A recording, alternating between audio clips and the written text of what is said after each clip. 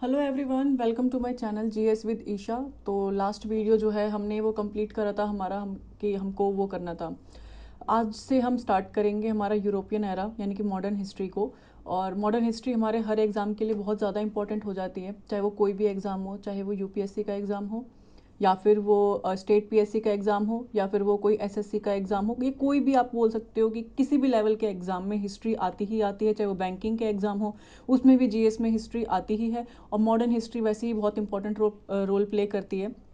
हमने एंशंट और मिडेवल अपनी कंप्लीट कर ली है प्रॉपर तरीके से, और आज से हमें स्टार्ट करना है अपना मॉडर्न। तो हमने डिक्लाइन ऑफ मुगल एरा कर लिया था, अच्छे तरीके से हमने उसे कवर किया था, एक एक डीप सारे पॉइंट्स हमने उसमें कवर किए थे। आज हम पढ़ेंगे एडवेंट ऑफ यूरोपियंस कि यूरोपियंस का अराइवल कैसे हुआ इंडिया में, वो कैसे आए और किस तरीके से आए और कैसे उन्होंने 2 सेंचुरी तक यानी 200 साल तक उन्होंने इंडिया पे जो है अपना राज चलाया था। हमारा इंडिया है। पहले मैं इंग्लिश में पढ़ूंगी, उसके बाद फिर मैं हिंदी में ट्रांसलेट कर दूंगी। हमारी जो वीडियो है ये बाइलिंगुअल रहेगी, ठीक है। तो India has been a major trading destination for many European countries. तो कहने का मतलब है कि एंशियंट टाइम से लेके मिडेवल एरा तक जो इंडिया है वो ट्रेड का बहुत ही इंपॉर्टेंट डेस्टिनेशन रहा है। यहाँ पर ट्रेडिंग जो है काफ़ी ज़्यादा हुई है और लोगों का जो अट्रैक्शन है इंडिया की तरफ वो ट्रेडिंग के पर्पज़ से ही ज़्यादा हुआ है। और Britishers were not only Europeans, यानी कहने का मतलब है कि ब्रिटिशर्स जो हैं सिर्फ यूरोपियंस नहीं थे who came settled, but the Portuguese with their development in navigation first round the sea route to India. तो कहने का मतलब है कि हमें जहाँ तक पता है कि हम पे ब्रिटिशर्स ने राज किया था, तो वो इकलौते ऐसे यूरोपियन नहीं थे जो इंडिया में आए थे ट्रेडिंग के पर्पज़ से। और भी सारे काफ़ी सारे जो यूरोपियंस कंट्रीज़ थी जो इंडिया में आई थी ट्रेडिंग के पर्पज़ से। तो उसमें से एक सबसे फर्स्ट जो थे वो थे पोर्टुगीज़, जिन्होंने इंडिया को फाउंड किया था, ठीक है। तो पोर्टुगीज़ कभी भी एग्जाम में आए तो पोर्टुगीज़ जो थे ये पहले थे जिन्होंने इंडिया में आने का रास्ता ढूंढा था सी रूट से, तो ये चीज़ आपको ध्यान रखनी है, ठीक है। The European age of discovery started with the Portuguese navigator. तो जो यूरोपियन एज की जो डिस्कवरी हुई थी वो स्टार्ट हुई थी पोर्टुगीज़ के नेविगेटर से, यानी कि जो सी रूट के थ्रू जो रास्ता ढूंढते हैं, जहाँ पर प्रिंस हेनरी जो थे वो नेविगेटर थे, ठीक है। उन्होंने स्टार्ट किया था मैरीटाइम स्कूल। स्कूल कहने का मतलब है मैरीटाइम, यानी कि आपका जो भी पानी वाला एरिया है उसके रास्ते ढूंढना। तो ये पोर्टुगल में इन्होंने स्टार्ट किया था मैरीटाइम स्कूल इन पोर्टुगल। और the resulting of this technical and scientific discoveries led Portugal to develop the most advance ship. तो कहने का मतलब है कि स्कूल जब इन्होंने बनाया मैरीटाइम स्कूल, तो इसमें इन्होंने अलग अलग इनोवेशंस किए, जहाँ पे इन्होंने शिप्स बनाए, मैप बनाया कि सी रूट का रास्ता इन्होंने ढूंढा।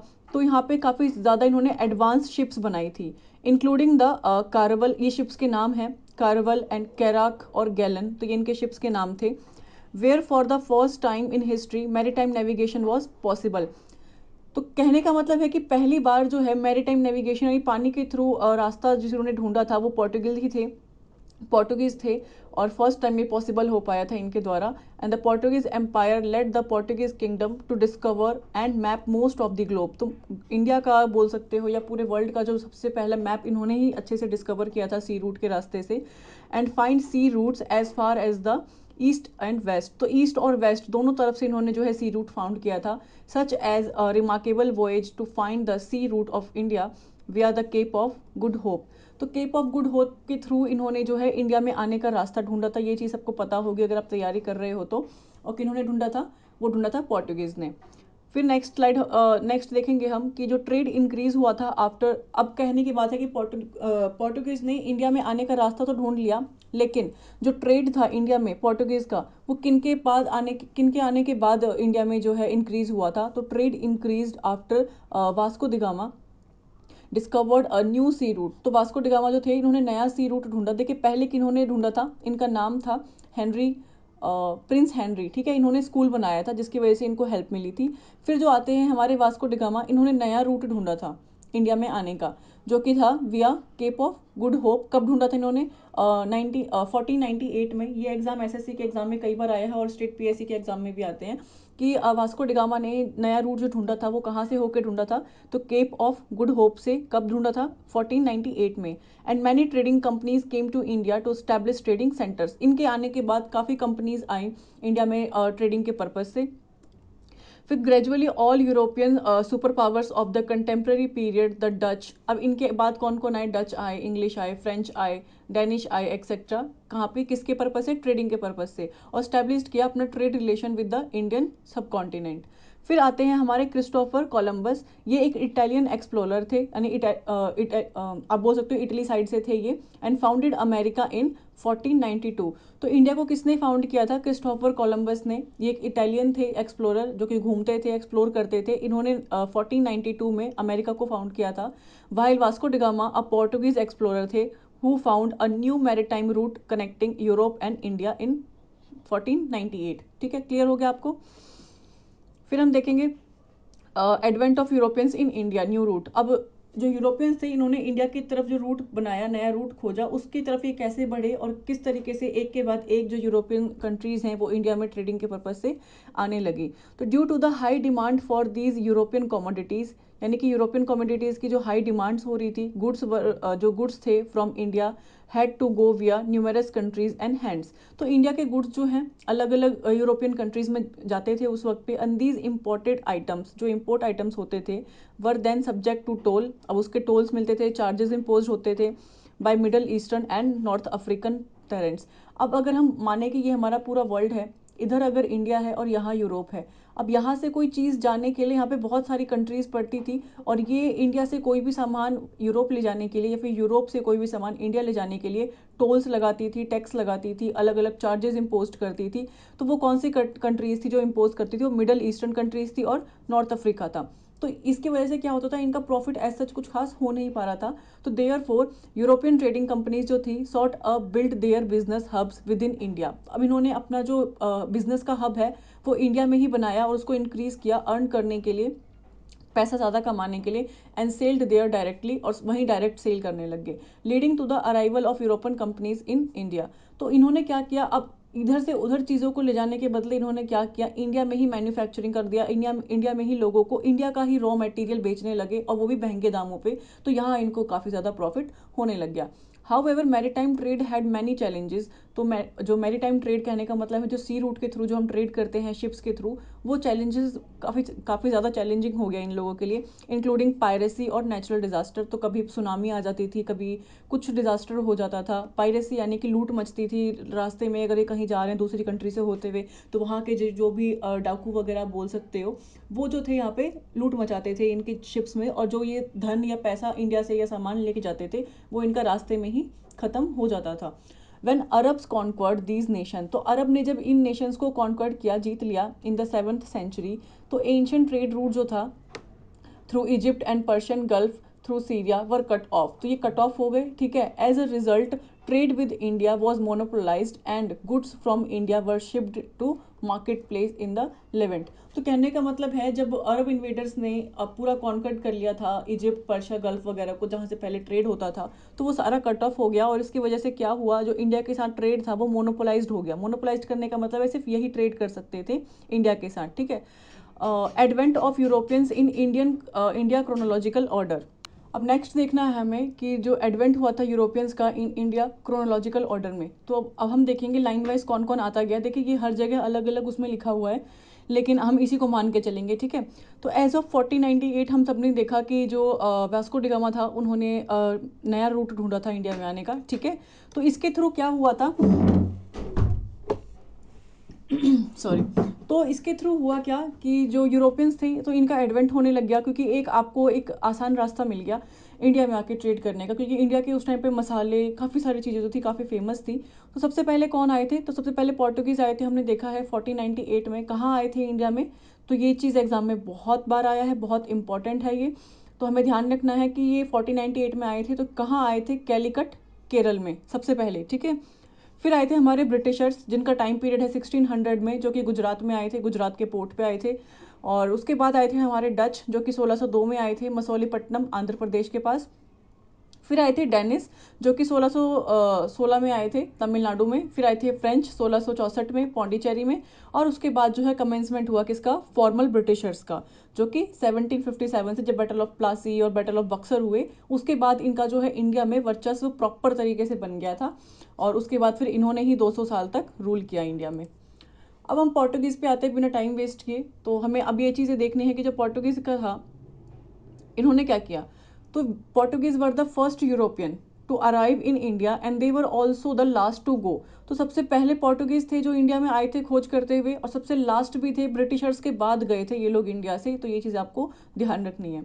पोर्टुगीज जो थे, seller Vasco da Gama arrived at Calicut. ठीक है, कैलिकट कहाँ पे है, केरल में। एन इम्पॉर्टेंट सी पोर्ट था located in south western India. तो साउथ वेस्टर्न इंडिया में था कैलिकट, केरल में। अगर हम ये इंडिया बनाते हैं तो साउथ में और किधर, वेस्ट साइड में। ऑन मई 1498 हमने ये पढ़ लिया है। किंग जमूरिन थे the local ruler received him. किसको, वास्को डिगामा को किसने रिसीव किया था इंडिया में, तो किंग थे वहाँ के जमूरिन, लोकल रूलर थे, इन्होंने किया था। And bestowed on him certain privileges, और कुछ प्रिविलेजेस दिए इनको।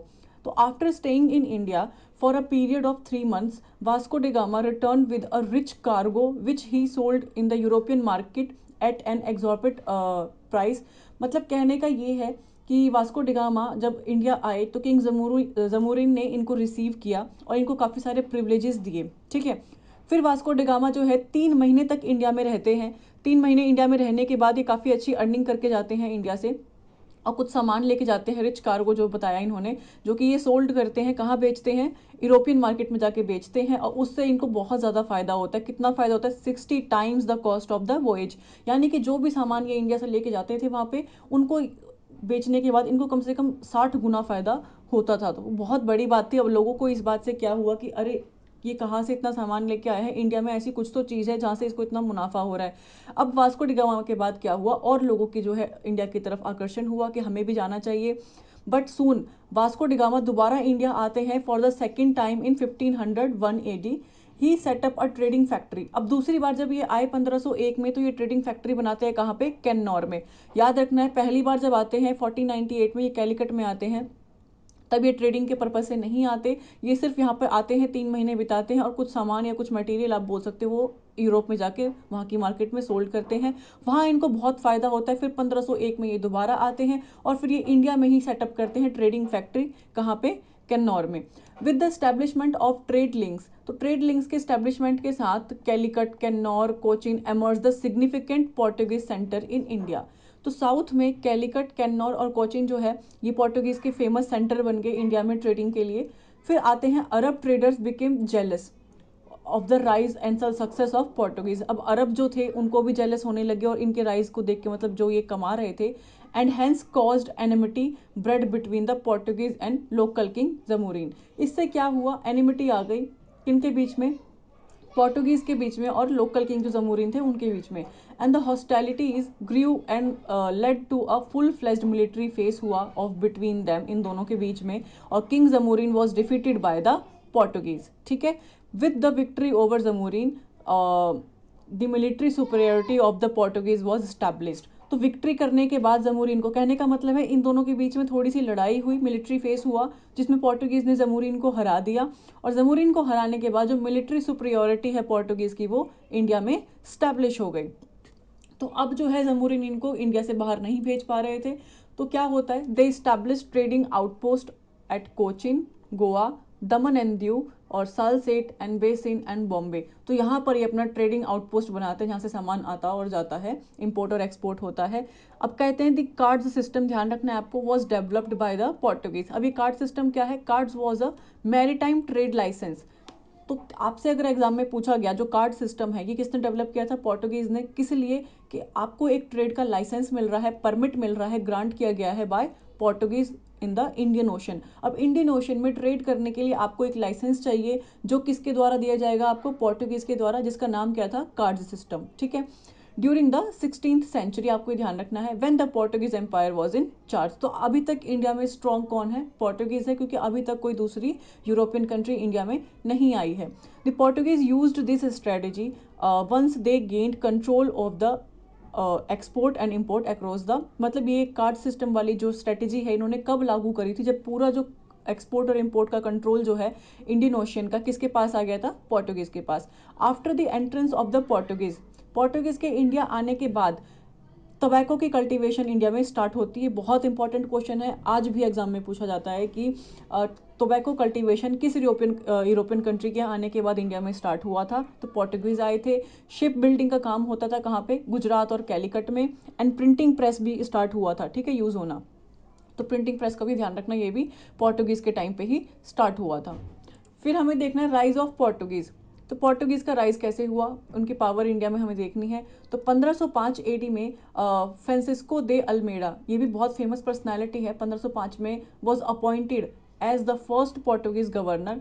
तो यहीं पे मैं हाईलाइट कर दे रही हूँ कि फर्स्ट पोर्टुगीज गवर्नर कौन थे इंडिया में, 1505 में आए थे। उनका नाम था फ्रांसिस्को दे अल्मेडा, बहुत ही इंपॉर्टेंट पर्सनालिटी है। इनकी पॉलिसी थी being centric on controlling the Indian Ocean. तो ये भी एक पॉलिसी लेके आए थे जिसको हम ब्लू वाटर पॉलिसी के नाम से जानते हैं। तो फेमस ब्लू वाटर पॉलिसी कौन लेके आया था? तो पोर्टुगीज गवर्नर, पहले इंडिया के पोर्टुगीज गवर्नर जो बने थे फ्रांसिस्को दे अल्मेडा, 1505 में आए थे। इन्होंने ब्लू वाटर पॉलिसी लाई थी। ब्लू वाटर पॉलिसी का मतलब है कि ये एक ऐसी पॉलिसी के साथ इंडिया आए थे जिससे वे कंट्रोल करना चाहते थे पूरे इंडियन ओशन को। फिर नेक्स्ट थे हमारे Alfonso de Albuquerque, who replaced Almeida. फिर जो अल्फांसो दे अल्बुकर्क्यू थे, ये रिप्लेस करते हैं अल्मेडा को एज द गवर्नर इन 1509। कहने का मतलब 1505 में कौन थे पहले गवर्नर पोर्टुगीज के? Francisco de Almeida. फिर आते हैं हमारे अल्फांसो दे अल्बुकर्क्यू, ठीक है। And captured Goa. तो अल्बर्क्यू जो है ये कैप्चर करते हैं गोवा को from the sultan of Bijapur. कब? 1510 में, यानी आने के एक साल बाद ही ये गोवा को कैप्चर कर लेते हैं। किससे कैप्चर करते हैं? सुल्तान ऑफ बीजापुर से। Is considered the real founder of the Portuguese power in India. अब एक चीज आपको ध्यान रखनी है यहाँ पे, पहले गवर्नर कौन थे इंडिया के, इंडिया में पोर्टुगीज में? वो थे फ्रांसिस्को दे अल्मेडा, ये पहले थे। लेकिन अगर हम बोले कि रियल फाउंडर कौन थे, रियल फाउंडर किसको बोला गया है पोर्टुगीज का इंडिया में, तो वो कौन से थे? हमारे अल्बर्क्यू। तो ये आपको ध्यान रखना है। इनको हम बोलते हैं अल्बुकर्क्यू भी बोलते हैं, कुछ लोग इनको अल्बर्क्यू भी बोलते हैं, जो आपको सही लगे। तो अल्फांसो दे अल्बर्क्यू जो है ये रियल फाउंडर माने गए हैं कहाँ के? पोर्टुगीज पावर के इंडिया में। लेकिन पहला गवर्नर कौन था? वो थे Francisco de Almeida. Goa subsequently became the headquarters of Portuguese settlement in India. पहले हमारा कैलिकट था, ठीक है, उसके बाद क्या हुआ, लेकिन अब गोवा जो है मेन हेडक्वार्टर बन गया है पोर्टुगीज के सेटलमेंट का। And Portuguese hold over the coastal area, सारा कोस्टल एरिया इन्होंने होल्ड कर लिया। And superiority in naval power help them significantly, यानी इंडिया का जितना भी कोस्टल एरिया था वो सारा किसके अंडर हो गया था? पोर्टुगीज के अंडर में हो गया था। By the end of the 16th century, अब 16th सेंचुरी के एंड में पोर्टुगीज कैप्चर करते हैं नॉट ओनली गोवा बट साथ साथ दमन, दीव और Salsette, but also vast stretches along the Indian coast. अब इन्होंने ऑलमोस्ट इंडिया का जो हमारा कोस्टल एरिया है इसको कैप्चर कर लिया था, इवन द गुजरात वाला एरिया जो है हमारा, रन ऑफ कच्छ और खंबत वाला एरिया, ठीक है। फिर पोर्टुगीज का अगर एडमिनिस्ट्रेशन देखें हम इंडिया में तो कैसा था, अब हम बात करेंगे थोड़ा हिस्ट्री में जाके, मिडेवल हिस्ट्री में। जो बहामनी किंगडम था डेक्कन में, यानी कि साउथ में, वॉज डिजॉल्विंग, वो खत्म हो रहा था इनटू स्मॉलर किंगडम्स में डिजॉल्व हो रहा था। None of the power posed fleet worth mentioning, तो कोई स्ट्रॉन्ग पावर निकल के नहीं आ रही थी, कोई स्ट्रॉन्ग किंगडम निकल के नहीं आ रहा था। And they had no plans to improve their maritime capabilities. अब इनके पास कोई ऐसा प्लान नहीं था कि अपनी मैरीटाइम कैपेबिलिटी, यानी कि जो नेवल एरियाज है इनका, इसको ये कैसे इम्प्रूव करेंगे। तो चाइनीज एम्पेयर्स थे, imperial proclamation, limited nautical reach. तो इन्होंने क्या किया, चाइना के जो इंपीरियल थे उन्होंने नॉटिकल, हमने देखा ना कि 200 नॉटिकल माइल तक इंडिया मतलब अपना काम कर सकता है ट्रेड का, या जो भी चीज़ें इन्होंने बनाई थी, तो इन्होंने लिमिट रख दिया नॉटिकल रीच का of Chinese ships in the far east तक। फिर देखते हैं कि जो अरब के मर्चेंट्स थे एंड शिप पावर जो थी इनकी, who had previously controlled the Indian naval ocean, यानी कि इंडियन ओशन का कॉमर्स जो पहले देखते थे, had nothing on the Portuguese in terms of organisation and cohesive. कहने का मतलब है कि जो अरब मर्चेंट्स पहले हुआ करते थे, जो पहले इंडिया में थे मिडेवल हिस्ट्री में, पोर्टुगीज के आगे जो है ये भी नहीं टिक पाए। कहने का यही से इतना सा ही मतलब है, क्योंकि पहले इंडियन ओशन का जो कॉमर्स यानी कि ट्रेड है वो संभालते थे, लेकिन पोर्टुगीज के आने के बाद सब कुछ पोर्टुगीज के अंदर चल रहा था। The Portuguese also had gun mounted and their ships, यानी कि गन माउंटेड का मतलब है कि कहीं ना कहीं वॉर के लिए भी इन्होंने अपने शिप को तैयार किया था कि कल को कोई लूट होती है या कोई पायरेसी होती है, कोई डिजास्टर होता है या कोई डाकू वगैरह इन पर अटैक करते हैं, तो गन माउंटेड यानी शिप्स पे इन्होंने अपने गन लगा रखे थे। The voice Roy who ruled for 3 years, 3 साल तक थे, was in charge of the administration, ठीक है, और together with his secretary and subsequently a council. तो जो वॉइसरॉय था उसके पास सेक्रेटरी थी, उसके पास काउंसिल थी पूरा एडमिनिस्ट्रेशन संभालने के लिए 3 सालों के लिए। Next significance was the Vedor da Fazenda, who was in charge of income, cargoes and fleet dispatch, ठीक है। पोर्टुगीज सेटलमेंट की हम बात करेंगे इंडिया में, तो यहाँ लिखा है कि पोर्टुगीज और उनकी पॉलिसीज वर्क्स इन इंडिया। तो पहले जब आए थे अल्फांसो दे अल्मेडा 1505 से 1509 के बीच में, तो ये पहले पोर्टुगीज गवर्नर थे इंडिया में। और ब्लू वाटर पॉलिसी सिस्टम यानी कि कार्ड सिस्टम जो है ये फ्रांसिस्को दे अल्मेडा लेके आए थे। फिर आए थे अल्फोंसो दे अल्बुकर्क्यू जो कि 1905 से 1915 के बीच में थे गवर्नर। सेकंड पोर्टुगीज गवर्नर बोला गया है इंडिया को, लेकिन founder of Portuguese power in India भी इन्हीं को बोला गया है, ठीक है। ये ध्यान रखना, रियल फाउंडर कौन है इंडिया में, तो वो अल्बुकर्क्यू है। Policy of imperialism and took Goa from Bijapur, तो ये ध्यान रखना कि गोवा को बीजापुर से किसने लिया था, तो अल्बर्क्यू थे वो सेकंड गवर्नर जो थे पोर्टुगीज के। कब लिया था, 1510 में। और बैन किया था custom of Sati in areas under his influence. अब इन्होंने सती को बैन किया था, फर्स्ट टाइम किसने बैन किया सती को यूरोपियन पावर में, तो वो कौन थे, पोर्टुगीज थे। पोर्टुगीज में कौन थे, तो अल्बर्क्यू थे, ठीक है, ये ध्यान रखना है आपको। फिर आते हैं हमारे नीनो दे चूना, तो ये आते हैं 1529 से 38 तक। ये क्या करते हैं, गोवा को पोर्टुगीज का कैपिटल बनाते हैं, इसलिए ये इंपॉर्टेंट हो जाते हैं। नीनो दा चूना जो है ये बनाते हैं गोवा को पोर्टुगीज कैपिटल, यानी कि पोर्टुगीज का कैपिटल अब तक जो है एक हिसाब से कैलिकट हुआ करता था, लेकिन गोवा को किसने बनाया, इन्होंने बनाया बाय रिप्लेसिंग कोचिन, कोचिन को रिप्लेस करके इन 1530 में। And took control of Daman and Diu Bassein from Gujarat Bahadur Shah, तो गुजरात में जो बहादुर शाह थे उनसे भी इन्होंने क्या कहते हैं दीव का जो कंट्रोल ले लिया था अपने अंडर में। फिर आते हैं मार्टिन अल्फांसो दे सोजा जो कि आए थे 1542 से 45 के बीच में। तो फ्रांसिस्को एक्जेवियर ज्यूइस्ट सेंट थे ये, ठीक है। तो रीच करते हैं इंडिया में विद मैरीटाइम अल्फांसो दे सोजा के साथ। तो इतना इंपॉर्टेंट नहीं है, शुरू के ये 3 काफी इंपॉर्टेंट थे, इनके बारे में आपको ध्यान रखना है। अब सिग्निफिकेंस देखेंगे पोर्टुगीज का कि क्या था। मोस्ट हिस्टोरियंस एग्री करते हैं that the arrival of the Portuguese not only signalled the beginning of the European age but also the growth of maritime power. तो काफ़ी सारे हिस्टोरियंस का मानना है कि जब पोर्टुगीज इंडिया में आए थे तो वो सिर्फ एक सिग्नल नहीं था यूरोपियन एज का, वो कहीं ना कहीं हमारी ग्रोथ हुई थी मैरिटाइम पावर की। तो उस टाइम पे जो चोला थे, the Cholas for example had been a maritime force. तो चोला जो हुआ करते थे राजा, जिनके बारे में हमने पढ़ा है, राज चोला जो थे वो भी मैरीटाइम पावर में फोर्स में काफ़ी अच्छे थे। But this was the first time a foreign power had arrived in India by water. The Portuguese ships were armed with cannons. जो पोर्टुगीज के शिप्स था वो कैनन्स से आर्म्ड था, मतलब ट्रूप्स थे उनके पास लड़ाई करने के लिए। And this was the first step towards securing a monopoly over commerce. तो ये पहला स्टेप था कि अब तक तो ये ट्रेड कर रहे थे, लेकिन अब जब ये लूट वगैरह ज़्यादा होने लग गई, पायरेसी वगैरह, तो इन्होंने अपने शिप में आर्म्स रखने लगे, गन इन्होंने अपने शिप्स में लगा दिए कि अब कल को कुछ होता है तो फिर वो उससे लड़ाई कर सके। तो कहीं ना कहीं एक मोनोपोली मिल गई इनको कॉमर्स सिक्योर करने की, ट्रेड सिक्योर करने की, ठीक है, बाहर के लोगों से। The Portuguese used body armour, matchlock soldiers को यूज़ किया इन्होंने, एंड वेपन्स यूज़ किए इन्होंने landed from ships in the Malabar in 16th century, demonstrating military innovation. अब इन्होंने मिलिट्री का भी इनोवेशन किया शिप्स में। On the other hand a significant military contribution made by the Portuguese on shore was the system. तो military contribution भी कहीं ना कहीं नेवल सिस्टम में कौन लेकर आया था, पोर्टुगीज लेकर आए थे। और ड्रिलिंग इन्फेंट ग्रुप्स लेकर आए, modelled after the Spanish model which was implemented in 1630 as a response of Dutch pressure. तो Portuguese were master of advance थे मैरीटाइम टैक्टिक्स में।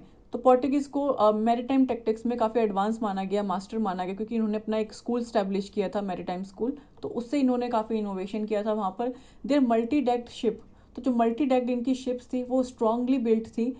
दे were meant to fight out Atlantic gales rather than go ahead of the regular monsoon. तो ये इन्होंने mainly बनाया था Atlantic वाले area से फाइट करने के लिए, ना कि रेगुलर मानसून के उस पर, allowing them to carry more weapons. तो काफ़ी ज़्यादा वेपन्स रख पाते थे उसमें। Goa become a centre for complex filigree work, fretted foliage work and metal work के लिए गोवा जो है मेजर सेंटर बन गया। Incorporating diamonds as the silver smith and gold smith art thrived. तो ये चीज़ आपको ध्यान रखनी है। हाउ एवर, अगर हम देखें, while the interiors of the churches built under the Portuguese include a lot of would work. तो इनके जो चर्च हुआ करते थे पोर्टुगीज़ के, उसमें वुड यानी लकड़ी का काफ़ी ज़्यादा काम होता था और आर्ट होता था। एज वेल एज पेंटेड हो, मतलब पेंट होते थे काफ़ी अच्छे से। Architecture plans are often plan, तो सारा आर्किटेक्चर ये प्लान करके बनाते थे, जो भी इनको बिल्डिंग बनानी है, कैसी पेंटिंग बनानी है, उस पर किस चीज़ का बनेगा, कौन सी कुछ भी अगर वुड है, लकड़ी है, तो कितनी मात्रा में उसको यूज़ करना है। तो आर्किटेक्चर का काम जो है पोर्टुगीज़ के टाइम से ही होने लगा था। पहले एक मैप बनाने का काम, यानी कि आपको कैसा फीचर चाहिए, कैसा स्ट्रक्चर चाहिए। बात करेंगे वास्को डी गामा की। The landing of 3 ships under Vasco da Gama to Calicut in May 1498 headed by a Gujarati pilot जिनका नाम था Abdul Majid, had a significant impact on Indian history.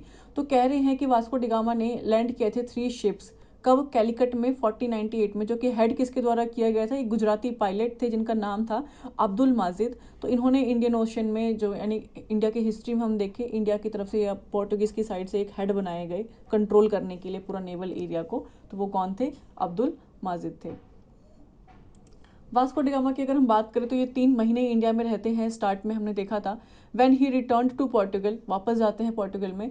He brought valuable cargo, तो अपने साथ कार्गो लेके जाते हैं अपने साथ, वैल्यूएबल, प्रॉफिटेबल, सोल्ड करते हैं उसको वहाँ पर, और उनको काफ़ी ज़्यादा वहाँ पे फ़ायदा होता है यूरोपियन मार्केट में। 1501 में वास्को डी गामा वापस इंडिया आते हैं, हम देख चुके हैं। तो जब वापस आते हैं तो when Vasco da gamma a mixed economy arrives with violent hatred and inflicted revenue, जो रिवेंज था अरब कॉमर्स की तरफ से, एवरीवेयर ही कुड। तो जमूरिन और इनके बीच में जो है कुछ प्रॉब्लम्स आते हैं, ये सब हम डिस्कस कर चुके हैं, जिसमें जमूरिन जो है हार जाते हैं वास्को डी गामा से, और वास्को डी गामा जो है कंट्रोल ले लेता है नेवल एरिया का। तो at Cannanore Vasco da Gama establish करता है अपना ट्रेडिंग फैक्ट्री, और Calicut, Cannanore, Cochin gradually became the key centres of Portuguese commerce. तो हम देख सकते हैं यहाँ पर, ये रहा कोची, यहाँ पर है कैलिकट, ये है कैन्नौर, ये है दीऊ वाला एरिया, ये हमारा इंडिया है। तो ये पूरा जो नेवल एरिया है ये इनका था पोर्टुगीज़ के अंडर, और यहाँ पे है पोर्टुगल।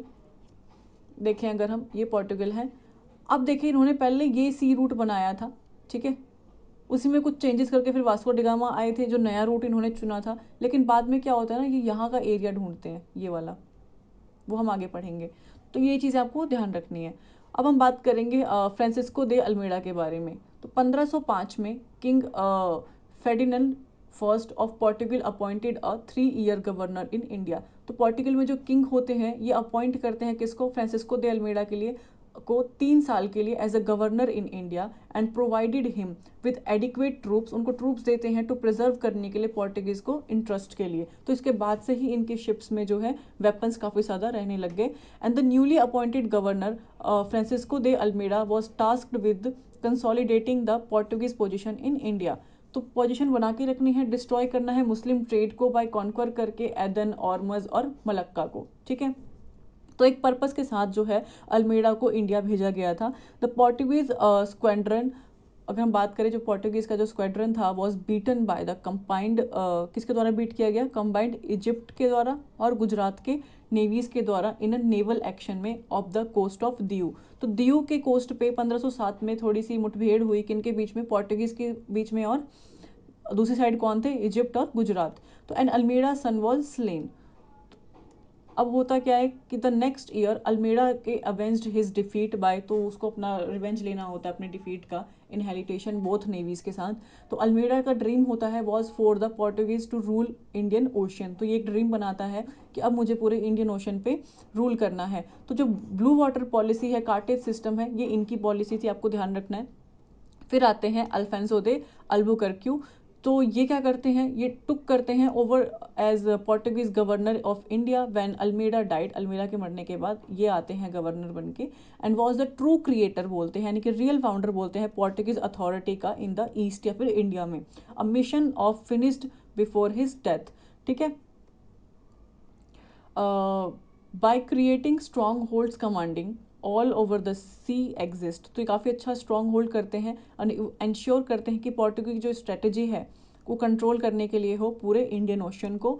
और अंडर अल्बुकर्क्यू लीडरशिप, इनकी लीडरशिप में जो पोर्टुगीज हैं ये टाइट हो जाते हैं, मतलब टाइटन करते हैं their grip by instituting a permission system for other ships and exerting control over the region of key shipbuilding centres. तो काफ़ी स्ट्रिक्ट हो जाते हैं ये अपनी नेवल शिपमेंट को लेकर, ट्रेडिंग को लेकर, कि हर किसी को परमिशन नहीं देनी है, जिनको सिर्फ यहाँ पे ट्रेड करने के पर्पज़ से यही परमिशन देती थी। जो कार्ड सिस्टम हमने पढ़ा है, एक लाइसेंस मिलता था ट्रेड करने का, वो इन्होंने फिर जारी किया था।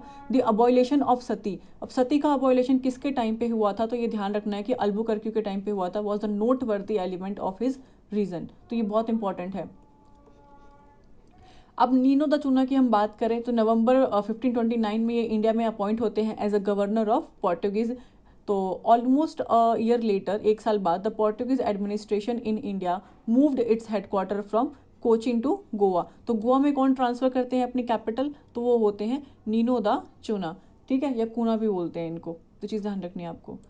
During his struggle with Mughal Imperial, तो ये मुगल एम्पेरियर के साथ काफ़ी स्ट्रगल करते हैं, जिसमें नाम आता है हुमायूं का, बहादुर शाह ऑफ गुजरात का, and listed the support of the Portuguese by transferring the island of Bassein along with its dependents and income to the 1534। तो कहने का मतलब है इनका स्ट्रगल होता है काफ़ी ज़्यादा मुगल एम्पायर के साथ में, जिसमें हुमायूं और जो बहादुर शाह होते हैं गुजरात के, इनके साथ इनकी थोड़ी राइवलरी चलती है, और ये ऑफर करते हैं इनको एक बेसिन ड्यू का एज वेल, ठीक है, ताकि इनको अच्छे से ट्रेड करने की इजाज़त मिली रहे। द चूना यानी कि नीनो द चूना जो है also aimed to enhance Portuguese influence in Bengal. तो यानी कि इन्होंने बंगाल में भी पोर्टुगीज का इन्फ्लुएंस बढ़ाने की कोशिश की, by placing many Portuguese nationals in the city of Hooghly. तो काफ़ी पोर्टुगीज नेशनल जो लोग थे वहाँ के, उनको हुगली के सिटी में इन्होंने बसाया, ताकि लोग जो है इनसे इंस्पायर हो, इनसे इन्फ्लुएंस हो और इनको सपोर्ट करें और इनको एक्सेप्ट भी करें। फिर देखते हैं कि जो डिक्लाइन है किसका, पोर्टुगीज का, कैसे हुआ 16th सेंचुरी में डिक्लाइन हुआ। अभी ये पूरी तरीके से इंडिया से गए नहीं है, तो ये चीज़ आपको ध्यान रखनी है। तो 1631 में क्या होता है, पोर्टुगीज लॉस्ट करते हैं हुगली को at the hand of Qasim, Mir Qasim Khan की बात हो रही है यहाँ पे, शाहजहां से मुगल नोबल थे, सॉरी दूसरे थे ये। तो हैंड्स ऑफ कासिम खान, जो कि शाहजहां के कोर्ट के नोबल हुआ करते थे, उनके हाथों ये हार गए थे हुगली को। फिर 1661 में क्या होता है, Bombay was given to the king of Portugal to England Charles. तो किसके द्वारा दिया गया, by the king of Portugal जो होते हैं वो बॉम्बे दे देते हैं किसको, इंग्लैंड के चार्ल्स सेकेंड को एज अ डॉरी, यानी एक उसमें दहेज में दे देते हैं। 1739 में क्या होता है, पोर्टुगीज लॉस्ट, तो ये हार जाते हैं सेल्सीट एंड बेसिन टू मराठास से, ठीक है।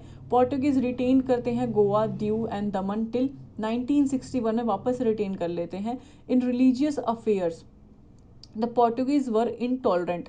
तो कहीं ना कहीं इनके डिक्लाइन का जो मोस्ट इंपॉर्टेंट रीजन था वो रिलीजियस अफेयर, जो ये टॉलरेंस नहीं थे, ये हर किसी को चाहते थे कि वो इनके धर्म में परिवर्तन कर ले, and fanatical they used coercion to convert करना इंडिजीनियस पीपल को टू क्रिश्चियनिटी। तो हर इंडियन इंसान को, चाहे वो मुस्लिम हो, हिंदू हो, जैन हो, बुद्ध हो, उन सबको ये क्रिश्चियनिटी में कन्वर्ट करना चाहते थे। तो वन ऑफ द रीज़न है ये इनके डिक्लाइन का। इनके रिगार्ड में अगर हम देखें, in this regard their attitude was vehemently opposed by the people of India, where religious tolerance was the norm। चीज़ें ठीक है। they were also involved, मतलब ये जो है इन्वॉल्व थे in heinous crime and defensive of the law. तो crime के प्रति भी ये लॉ को प्रति काफ़ी डिफेंसिव थे, और क्राइम इनके टाइम पे काफ़ी बढ़ रहा था, यही करते थे। They didn't even hesitate to engage in piracy and plunder. तो लूट और प्लंडर में भी इनका काफ़ी हाथ हुआ करता था, इसमें भी ये इनको थोड़ी भी हिचक नहीं होती थी। All of these action culminated in an anti Portuguese sentiment. तो इनकी इन हरकतों की वजह से जो है एंटी पोर्टुगीज सेंटिमेंट जो है ये ग्रो होने लग गया, और लोग इनके खिलाफ होने लग गए during 15th century and the first part of the 16th century की हम बात करें, यानी कि 15th सेंचुरी की और स्टार्टिंग की 16th सेंचुरी की। तो Portuguese and Spanish had left the English and the Dutch well behind. However, throughout the later part of the 16th century emerge होता है इकोनॉमिक एंड नेवल पावर्स, किसकी, England और Holland की, and subsequently France launch करता है determined battle against the Spanish and Portuguese. तो अब क्या हो रहा है कि अब ये इंडिया में अपना ट्रेड देखें, या जहाँ इनकी मेन कंट्री है वहाँ पर ये अपना बैटल संभाले। तो वहाँ पे इंग्लिश और इंग्लैंड और होलैंड जो है इनके खिलाफ बैटल कर रहा था, किनके खिलाफ, स्पेनिश और पोर्टुगीज के साथ, जो मोनोपोली थी इनकी इंटरनेशनल कॉमर्स की, इसके अगेंस्ट में। तो the latter were defeated in this battle, ये इसमें हार जाते हैं, और the authority in India was also diminished as a result of this. तो कहने का मतलब है कि इंग्लैंड से ये लोग हार जाते हैं, हॉलैंड से, और यहाँ पर जो इनकी मोनोपोली थी इंडिया में ट्रेड करने की, ये खत्म हो जाती है पोर्टुगीज़ की। And the Mughal empires and the Marathas develop करते हैं influence also made it difficult for the Portuguese to maintain their commercial monopoly. अब मुगल एम्पायर और मराठा भी हैं, इनके अगेंस्ट थे, तो ये भी कहीं ना कहीं अपना इन्फ्लुएंस बना रहे थे पूरे इंडिया में। तो इसकी वजह से क्या हुआ, पोर्टुगीज का जो है मोनोपोली बनाने के लिए इंडिया में एज अ नेवल ट्रेड में ये मुश्किल हो गया इनको मेंटेन करना। For example in 1631 they struggled with the Mughal authorities in Bengal. Bengal में इनको फेस करना पड़ा और हुगली ये हार गए थे वहाँ पर, जहाँ पे ये हुगली में चाहते थे बंगाल में कि इनका इन्फ्लुएंस बढ़े, पर वहाँ ये हार जाते हैं। तो यहाँ इनका ऐसे इस तरीके से कुछ डिक्लाइन होता है। लेकिन फिर भी ध्यान रखना है कि पोर्टुगीज़ जो है ये लास्ट है यूरोपियन जो इंडिया लास्ट में छोड़ के गए थे, और सबसे पहले इंडिया आए भी पोर्टुगीज़ थे। फिर आते हैं हमारे ब्रिटिश, जो कि 1600 में आते हैं। Arrival of the British and the establishment of the British East India Company was the outcome of the Portuguese trader। तो पोर्टुगीज ट्रेडर की वजह से ही ये लोग इंडिया आ पाए थे, क्योंकि रास्ता तो इन्होंने ही खोजा था। Who earn enormous profit. अब जब एक जगह से कोई बहुत प्रॉफिट कमाता है तो बाकी लोगों की भी नज़र इधर आ गई थी, ब्रिटिशर्स की, फ्रेंच की, डेनिश की, डच की, कि ये इतना पैसा कमा के लेके जा रहे हैं, तो इंडिया में ज़रूर ऐसी कोई चीज़ है जिसकी वजह से इनको इतना प्रॉफिट हो रहा है। तो ये भी इंडिया की तरफ अट्रैक्ट हो गए ब्रिटिशर्स प्रॉफिट कमाने के लिए, ठीक है। Being motivated by the successful business stories of the Portuguese, यानी पोर्टुगीज की सक्सेस देख के ये भी मोटिवेट हुए। अ group of English merchants, merchant adventurers को देख के formed a company, east India company. तो कुछ मर्चेंट एडवेंचरर्स थी इंग्लिश यूरोपियन में, सॉरी इंग्लैंड में इंग्लिश मर्चेंट्स थे, इन्होंने एक कंपनी बनाई अपनी, ईस्ट इंडिया कंपनी। तो ईस्ट इंडिया कंपनी कब बनी थी, 1599 में, ये ध्यान रखना है आपको। The company received a royal charter. तो वहाँ की जो क्वीन थी इंग्लैंड में, अगर हम बात करें वहाँ की जो क्वीन थी ब्रिटिशर्स की, तो वो थी ब्रिटेन में क्वीन एलिजाबेथ फर्स्ट। तो इन्होंने क्या किया, एक रॉयल चार्टर ग्रांट किया किनको, ईस्ट इंडिया कंपनी को। कब दिया इन्होंने, 31 दिसंबर 1600 एडी में। 1599 में ईस्ट इंडिया कंपनी बनी थी, लेकिन इनको ग्रांट कब मिला था रॉयल चार्टर का, वो मिला था 31 दिसंबर 1600 एडी में। ऑथोराइज मिला इनको, मतलब एक अथॉरिटी मिली इन लोगों को कि ये ट्रेड करे ईस्ट में जाके, यानी कि इंडिया में आके। अगर ब्रिटेन यहाँ है तो इंडिया इनके ईस्ट में है, तो ये चीज़ आपको ध्यान रखनी है। Queen was her self a share holder. तो क्वीन का भी उसमें शेयर होल्ड था, तो यानी उन्होंने भी अपना शेयर लगाए थे इन ईस्ट इंडिया कंपनी में 15 सालों के लिए। तो ये ध्यान रखना है कि क्वीन एलिजाबेथ का जो शेयर था ईस्ट इंडिया कंपनी में, वो 15 साल के लिए था। सब्सिक्वेंटली इन 1608 में क्या होता है, ईस्ट इंडिया कंपनी के जो ईस्ट इंडिया कंपनी है वो सेंड करती है अपने कैप्टन विलियम हॉकिंस को, कहाँ पे, court of the Mughal ampere Jahangir. अब देखिए पोर्टुगीज जो आते हैं वो कब किसके उसमें आते हैं, वो आते हैं जमोरिन के पास। लेकिन जो ब्रिटिशर्स आते हैं फर्स्ट टाइम, तो वो आते हैं 1608 में, किसके दरबार में, जहांगीर के दरबार में। और वो कौन आता है, तो कैप्टन विलियम हॉकिंस आते हैं सिक्योर करने के लिए रॉयल पैट्रोनेज को, कि ईस्ट इंडिया कंपनी यहाँ पर आकर ट्रेड कर सके। He succeeded in getting a royal permit. तो कैप्टन हॉकिंस जो होते हैं, विलियम हॉकिंस, इनको सक्सीड हो जाते हैं, यानी कि ये कहीं ना कहीं परमिट लेने में जहांगीर से सफल हो जाते हैं for a company to establish its factory, कि ईस्ट इंडिया कंपनी अब इंडिया में अपनी फैक्ट्री स्टैब्लिश कर सकती है वेरियस प्लेसेस, अलग अलग प्लेसेस पे। कहाँ पे, on the western coast of India. तो ये हमारा वेस्टर्न कोस्ट है इंडिया का, इस एरिया में इनको फैक्ट्री स्टैब्लिश करने की परमिशन मिल गई थी जहांगीर से। देन इन 1615 एडी, यानी 1615 में, sir Thomas Roy was sent by emperor, तो जेम्स फर्स्ट ऑफ इंग्लैंड। तो इंग्लैंड में जो जो एम्परर होते हैं जेम्स फर्स्ट, वो 1615 में थॉमस रॉ को भेजते हैं, कहाँ पे, जहांगीर के कोर्ट में, with a plea for more concession for the company. अब ये और ज़्यादा इनको जगह चाहिए, और ज़्यादा इनको वर्क करना है इंडिया में, मोनोपोली के राइट्स के लिए इंडिया में आए थे। तो Thomas Roy was very diplomatic person and thus successfully secured a royal charter giving the company freedom to trade in the whole of the Mughal territory। अब क्या हुआ, जहांगीर से जो एम्परर थे हमारे इंग्लैंड के जेम्स फर्स्ट, इन्होंने भेजा इंडिया में थॉमस रॉय को 1615 में, किसके कोर्ट में, जहांगीर के कोर्ट में। तो इन्होंने बोला कि अब आप जाइए, अब आप जहांगीर के कोर्ट में जाके जो जितने एरिया में मुगल एम्पायर है उतने एरिया में फ्री ट्रेड करने के लिए, फ्रीडम मिलेगी इनको ट्रेड करने के लिए, आप वहाँ से रॉयल चार्टर लेकर आइए। तो जहांगीर इनको परमिशन दे देता है कि पूरे के पूरे जो मुगल टेरिटरी थी उसमें ट्रेड करने के लिए। तो सबसे बड़ी मिस्टेक इन लोगों की यहाँ पे यही होती है। अब इनकी सेटलमेंट की अगर हम बात करें कि इंग्लिश की सेटलमेंट कैसे हुई, यानी कि ब्रिटिशर्स की सेटलमेंट इंडिया में कैसे हुई, 1608 में जब कैप्टन विलियम हॉकिंस आते हैं इंडिया में परमिशन लेने के लिए फैक्ट्री बनाने के लिए, कहाँ पर, सूरत में। तो ये चीज़ आपको ध्यान रखनी है कि कैलीकट में आते हैं वो लोग सूरत में आते हैं कौन, कैप्टन विलियम हॉकिंस। हर किसी का ध्यान रखना है कि पहली बार किसने पहली फैक्ट्री कहाँ स्टैब्लिश करी, तो ही केम फॉर दिस पर्पज से आए थे। अभी फैक्ट्री स्टैब्लिश नहीं हुई है, बस सूरत में ये परमिशन लेने आए थे। और in the court of Mughal emperor Jahangir 1609 में ही stayed there till 1611 but couldn't get permission. तो इनको सूरत में फैक्ट्री स्टैब्लिश करने की परमिशन नहीं मिली थी, किसको, कैप्टन हॉकिंस को। पर 1611 में क्या होता है, Mughal governor of Surat allow करते हैं कैप्टन मिडल्टन को ट्रेड करने के लिए सूरत में। तो मुगल के जो गवर्नर होते हैं वो सूरत के जो होते हैं वो कैप्टन मिडल्टन को अलाउ करते हैं सूरत में ट्रेड करने के लिए, अभी भी इंग्लिश को नहीं किया। तो इंग्लिश बिगिन ट्रेडिंग एट मसोलीपट्टनम। अब सूरत में इनको ट्रेड करने के लिए नहीं मिला फैक्ट्री स्टैब्लिश करने के लिए, तो ये कहाँ गए 1611 में, ये मसौलीपट्टनम गए। तो ये ध्यान रखना है आपको। 1612 में पोर्टुगीज वर डिफीटेड, पोर्टुगीज जो है डिफीट हो जाते हैं किसके द्वारा, कैप्टन थॉमस बेस्ट के द्वारा, in the sea off the Surat. तो सूरत के पास जो है पोर्टुगीज हार जाते हैं थॉमस से। तो इन अर्ली 1613 जहांगीर परमिट करते हैं इंग्लिश को सेटअप करने के लिए सूरत में एक फैक्ट्री अंडर थॉमस एडवर्थ। पूरी स्टोरी आपको समझ में आ गई होगी। तो इन्होंने बोला कि थॉमस एडवर्ड ने अपनी फैक्ट्री सूरत में इस्टेब्लिश करने के लिए परमिशन ले लिया। फिर ईस्ट इंडिया कंपनी जो है ये इस्टेब्लिश करती है अपना परमिट फैक्ट्री में, फैक्ट्री स्टैब्लिश करने के लिए, कहाँ पे, सूरत में। तो परमिट इनको मिल गया। परमानेंट फैक्ट्री, अब आएगी बात कि परमानेंट फैक्ट्री कब स्टैब्लिश हुई, तो वो 1613 में हुई सूरत में, किसकी, ईस्ट इंडिया कंपनी की। लेकिन वैसे इन्होंने जो नॉर्मल अपनी बनाई थी वो कहाँ बनाई थी, मसौलीपट्टनम में 1611 में। तो ये परमानेंट फैक्ट्री नहीं थी, पहली परमानेंट फैक्ट्री जो इनकी स्टैब्लिश हुई थी वो सूरत में 1613 में हुई थी, ये ध्यान रखना है। सर थॉमस रॉय रीच करते हैं जहांगीर के कोर्ट में 1615 में। इनका जो पर्पज होता है was to get permission for factories in various parts of the Mughal emperor. अभी तक इनको सूरत में चाहिए था, लेकिन थॉमस रॉय के आने के बाद 1615 में इनको चाहिए होती है परमिशन पूरी मुगल एम्पायर में फैक्ट्री अलग अलग जगहों पे स्टैब्लिश करने के लिए। तो he was the ambassador of James first, जो कि एम्पर होते हैं कहाँ के, इंग्लैंड के।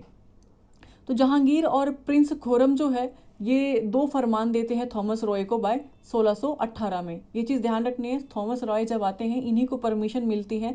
तो 2 फरमान्स मिलते हैं थॉमस रॉय को 1618 में, किनके द्वारा, जहांगीर और प्रिंस खुरम के द्वारा। तो 1616 में east India company first factory in the south west of the set करती है अपनी मसौलीपट्टनम में। परमानेंट फैक्ट्री इनकी कहाँ स्टैब्लिश होती है, 1613 में, ठीक है। और फिर ये बात कर रहे हैं कि first factory in the south. अब साउथ में इनकी फर्स्ट फैक्ट्री कहाँ स्टैब्लिश होती है, अब तक तो ये पूरी इंडिया की बात हो गई सूरत में, लेकिन यहाँ पे बात हो रही है सिर्फ साउथ की, कि साउथ में पहली फैक्ट्री इन्होंने स्टैब्लिश करी 1616 में, यानी कि ठीक 3 साल बाद इन्होंने साउथ में बनाया, कहाँ पर, मसौलीपट्टनम में। 1632 जो कि बहुत इंपॉर्टेंट है, जो सुल्तान ऑफ गोलकोंडा है ये इशू करते हैं गोल्डन फरमान। तो गोल्डन फरमान कौन देता है इनको, सुल्तान ऑफ गोलकोंडा, किसको, कंपनी को, 1632 में। तो 1633 में क्या होता है, ईस्ट इंडिया कंपनी अपनी फर्स्ट फैक्ट्री अब ईस्ट इंडिया में सेटअप करती है, कहाँ पे, उड़ीसा में, जिसका नाम है हरिहरपुर बालासोर। अब अगर मैं यहाँ पे इंडिया का मैप बनाती हूँ, जैसा भी बन रहा है देख लेना। फिर अगर हम देखें, पहले इन्होंने पहली फैक्ट्री कहाँ बनाई, परमानेंट सूरत में, यहाँ गुजरात में या राजस्थान देख लीजिए ना। तो सूरत में बनाते हैं सबसे पहले, ये गुजरात में। फिर बनाते हैं ये यहाँ साउथ में, तो साउथ में इनकी पहली बनती है मसौलीपट्टनम, ठीक है। फिर आते हैं first factory in east India, तो ईस्ट इंडिया में बनाते हैं ये उड़ीसा में। तो ये चीज़ ध्यान रखना है आपको। 1667 में औरंगजेब इशू करते हैं फरमान टू द कंपनी और अलाउ करते हैं इनको ट्रेड करने के लिए बंगाल में। अब आगे औरंगजेब, तो औरंगजेब ने कहाँ फरमान दिया था कंपनी को ट्रेड करने का, बंगाल में, कब, 1667 में।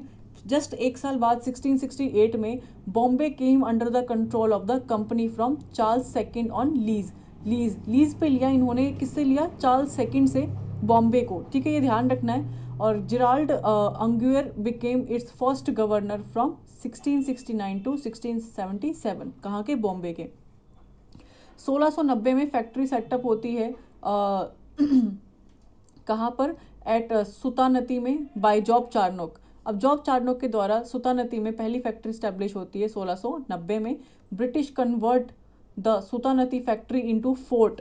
तो सुल्तानती फैक्ट्री को ये किस में कन्वर्ट करते हैं, फोर्ट में यानी कि किले में 1696 में, एंड रिनेम्ड करते हैं इसको फोर्ट विलियम इन 1700। अब पूरी स्टोरी आपको ध्यान रखनी है।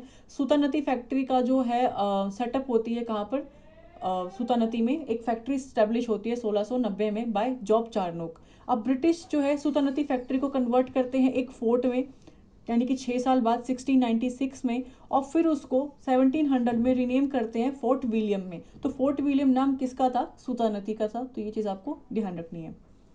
1698 की अब हम बात करेंगे। ब्रिटिश टू कंट्रोल किसका, जमींदारी ऑफ सुल्तानती, यानी कि फोर्ट विलियम का कंट्रोल मिला इनको कब, 1698 में। अब जमींदारी कंट्रोल मिलने लग गया, अब इनके राइट्स बढ़ गए हैं ब्रिटिशर्स के इंडिया में। कैलीकट का मिल गया, गोविंदपुर का मिल गया, और Sutanuti Kalikata and Govindpur give rise to Calcutta. अब इन तीनों को मिला के क्या बना है, कलकत्ता बना है। ये चीज़ें आपको बहुत ध्यान रखनी है, एग्जाम के पॉइंट ऑफ व्यू से बहुत इंपॉर्टेंट है। इंग्लिश कंपनी यानी कि ब्रिटिश ईस्ट इंडिया कंपनी जो है, इनकी जो मर्चेंट्स की ट्रेडिंग थी ईस्ट इंडीज की, was also set up as a competitor of East India Company in 1698। अब क्या हुआ, अब सिर्फ ईस्ट इंडिया कंपनी ट्रेड कर रही थी, लेकिन अब जो इंग्लिश की कंपनी थी ऑफ मर्चेंट ट्रेडिंग की ऑफ ईस्ट इंडीज की बात कर रहे हैं, ये भी सेटअप हो गए और कहीं ना कहीं ये कॉम्पिटिटर बन गए किसके, ईस्ट इंडिया कंपनी के। कब की बात हो रही है, 1698 में। 1708 में English East India Company was officially titled as United Company of Merchants of England trading to the East Indies, which continued the rule till 1858। तो 1708 में ये कहीं ना कहीं ऑफिशियली डिक्लेयर हो जाता है कि जो ईस्ट इंडिया कंपनी है ये ऑफिशियली टाइटल्ड है as a united company of merchants, यानी इकलौती कंपनी है जो ट्रेड करेगी कहाँ पे, ईस्ट इंडीज़ में, यानी इंडिया में और ईस्ट इंडीज़ के पास, जो कि कंटिन्यू रहेगा कब तक, 1858 तक। 1717 की अगर हम बात करें तो फारूक सियार थे, ये फरमान देते हैं किसको, called Magna Carta of company to John Surman को। तो मैग्ना कार्टा ऑफ कंपनी कौन देता है, फारूक सियार देते हैं, यानी कि फरमान है ये एक तरीके का, किसको देते हैं, 1717 में देते हैं जॉन सुरमन को। तो ये चीज़ भी बहुत इंपॉर्टेंट है, ध्यान रखना। राइज की बात करेंगे कि इनका उदय कैसे हुआ, आगे कैसे बढ़े। जब विलियम हॉकिंस आते हैं कोर्ट में किसके, जहांगीर के 1609 में, तो रिक्वेस्ट करते हैं परमिशन कि ओपन करे एक इंग्लिश ट्रेडिंग पोस्ट इन सूरत। तो सूरत में मांगते हैं पर इनको परमिशन नहीं मिलती है। तो emperor however decline it owing to Portuguese pressure.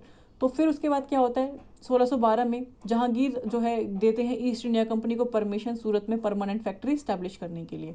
Sir Thomas Roy जो है मुगल कोर्ट में आते हैं, और ये किसके थ्रू आते हैं, जेम्स फर्स्ट होते हैं, किंग ऑफ इंग्लैंड, 1615 में। तो ये कहीं ना कहीं पूरे मुगल एम्परर में जितना भी मुगल की टेरिटरी थी वहाँ पर वेरियस रीजन्स में इंडिया के इनको फरमान मिल जाता है फैक्ट्री स्टैब्लिश करने का।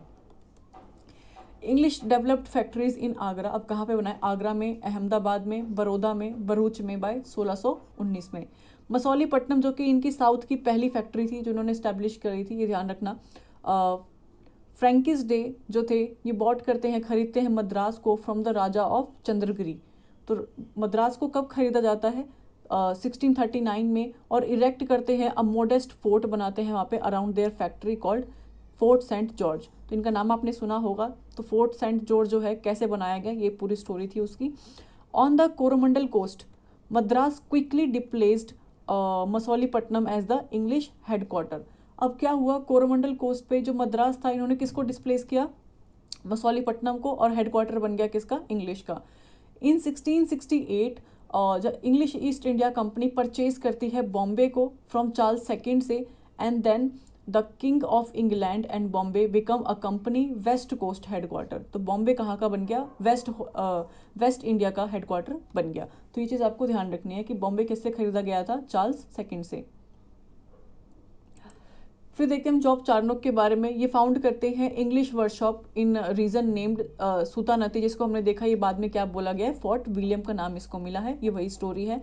ब्रिटिश टाउन जो थे मद्रास, बॉम्बे और Calcutta grieve into thriving मेट्रोपॉलिसीज।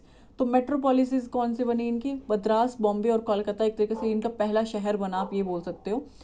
As the British East India Company expanded in prominence, बढ़ती जा रही थी, it was on the verge of becoming a sovereign state in India. अब ईस्ट इंडिया कंपनी जो है इंडिया में अपना ट्रेड बढ़ाई जा रही थी। And English mission headed by John Surman to the Mughal emperor Farrukh Siyar court in 1517 में गोल्डन फरमान जो है इनको देते हैं फारूक शियार। तो ये ध्यान रखना आपको। 3 नोटेबल फरमान मिलते हैं इनको। क्या मिलता है? Granting the company numerous important rights. कहाँ के मिलते हैं? जो फारूक शियार गोल्डन फरमान देते हैं, किसको देते हैं? जॉन सुरमन को। उसमें इनको क्या मिलता है? तो बंगाल, गुजरात और हैदराबाद के कुछ राइट्स मिलते हैं इनको। मसौलीपट्टनम जो साउथ की पहली फैक्ट्री इन्होंने स्टैब्लिश करी थी, the British built their first factory outside the Mughal empire. तो ये साउथ में था, इसलिए मेंशन किया है कि फर्स्ट फैक्ट्री जो मुगल एम्पायर के बाहर इन्होंने स्टैब्लिश करी थी वो मसौलीपट्टनम में करी थी इन 1611। फिर आता है मद्रास 1639, हुगली 1642। उसके बाद, ठीक है, आपको ये चीज़ ध्यान रखनी है। The factory was founded in Orissa's Balasore in 1633। Orissa में भी स्टैब्लिश कर देते हैं, ईस्टर्न इंडिया में, ध्यान रखना है। In exchange for a yearly payment of 3,000, the company was granted the exclusive right to conduct business from Bengal without paying customs duties in 1691। तो बिना कस्टम पे किए ये कंटिन्यूस जो है वहाँ पे बिजनेस कर रहे थे बिना पे किए अपने। वो कब तक इन्होंने ऐसे किया? 1691 तक किया इन्होंने ऐसे। तो ये हमने पढ़ लिया किसके बारे में? ब्रिटिशर्स के बारे में। अब हम पढ़ेंगे थोड़ा डच के बारे में। देखिए स्टोरी आगे और भी है, लेकिन अभी हम सिर्फ अराइवल बताएंगे कि कैसे कैसे आए और कैसे कैसे ये स्टैब्लिश होते चले गए। इसके बाद आते हैं हमारे डच 1602 में, मार्च में। तो डच के जो पार्लियामेंट है ये फॉर्म होता है the Dutch East India Company, United East India Company through a charter. एक चार्टर के थ्रू बनता है ये। And the company was also called Vereenigde Oost. आप पढ़ लेना, वीओसी बोलते हैं हम इसको।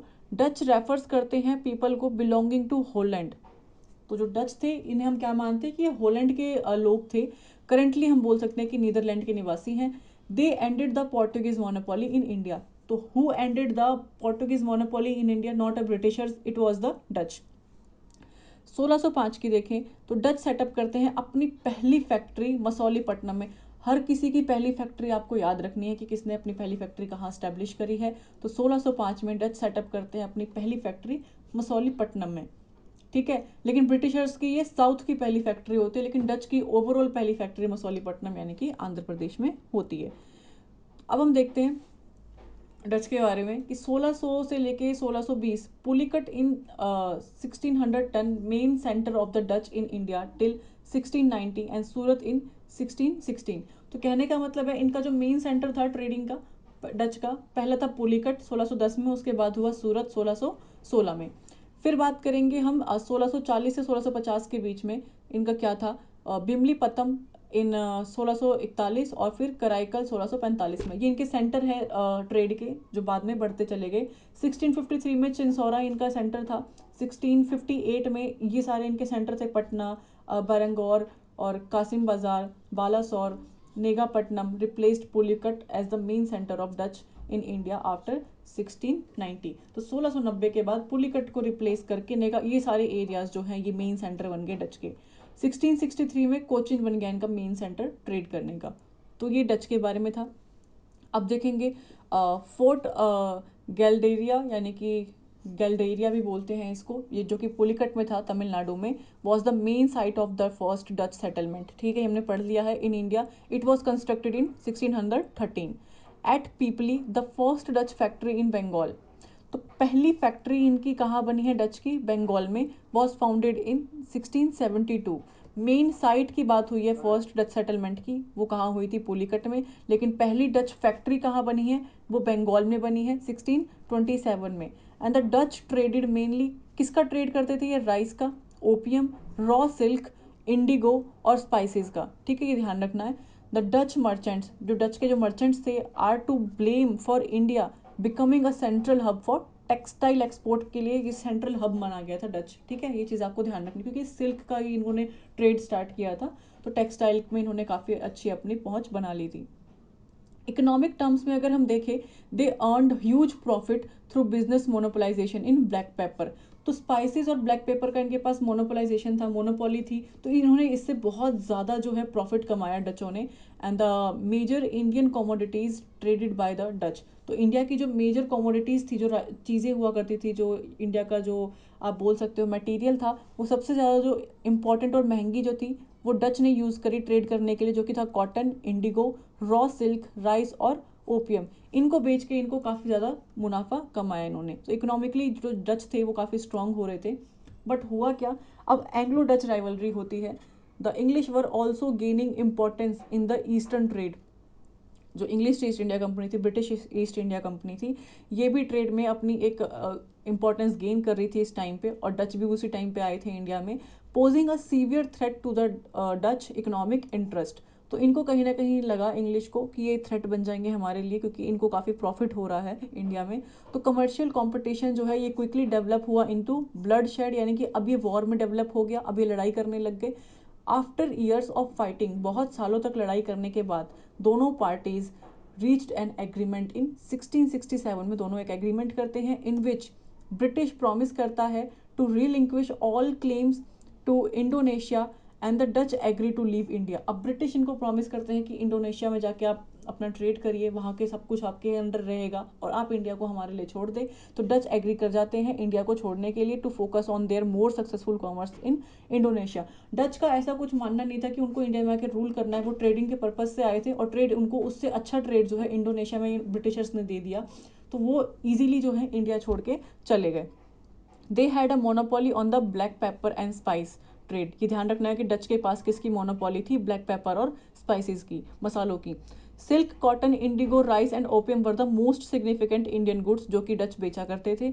Also the Anglo Dutch competition lasted around 7 years. तो 7 साल तक इनकी ये लड़ाई चली थी, during which time the Dutch lost 1 by 1 their colonies to Britishers.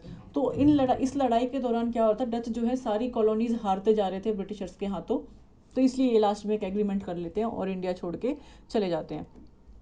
Until the Dutch were eventually beaten by the English in the, तो लास्ट इनकी फाइट में कब हारे, बैटल ऑफ वेदरा में 1759 में। तो ये चीज़ आपको ध्यान रखनी है। डिक्लाइन कैसे हुआ डच का, ये भी बहुत इंपॉर्टेंट है। डच का जो प्रेजेंस था इंडियन सब कॉन्टिनेंट में कब तक रहा, 1605 से लेकर 1825 तक। The rise of the British power in eastern trade, east side यानी पूर्व साइड की बात हो रही है, पोस्ट करता है serious challenge to the commercial interest of the Dutch, जो कि लीड हुआ एक ब्लडी वॉरफेयर में बिटवीन दैम इनटू, जहाँ पे 7 साल तक जो है इनकी लड़ाई चली, और क्लियर विनर हमें पता है कि ब्रिटिशर्स निकले और डच जो है इंडिया छोड़ के चले गए थे। जो डच का एम्बिशन था इंडिया में, वो was ended by the English reprisal which resulted in to the Dutch being crushed at the battle of Hooghly. तो बैटल ऑफ हुगली में फाइनली डच पूरी तरीके से हार गए 1759 में, एंड था इनका यहाँ पर। और Dutch were not interested in establishing an empire in India. मैंने बताया था आपको, इनका बस मेन फोकस था ट्रेड पे, इनको अपना एम्पायर यहाँ पे इस्टेब्लिश नहीं करना था। तो इन एनी इवेंट इनका जो मेजर इकोनॉमिक इंटरेस्ट था was in the Indonesian spices island. जो स्पाइसेस इनको इंडिया में मिल रहे थे उससे काफ़ी अच्छे स्पाइसेस, और जो ओफियम वगैरह आप बोल सकते हो या फिर ब्लैक पेपर बोल सकते हो, वो इनको इंडोनेशिया में मिल गया। तो which they made a large profit, वहाँ से उनको लार्ज प्रॉफिट हुआ, और ब्रिटिशर्स फिर इंडिया में अकेले रह गए जो रूल कर रहे थे।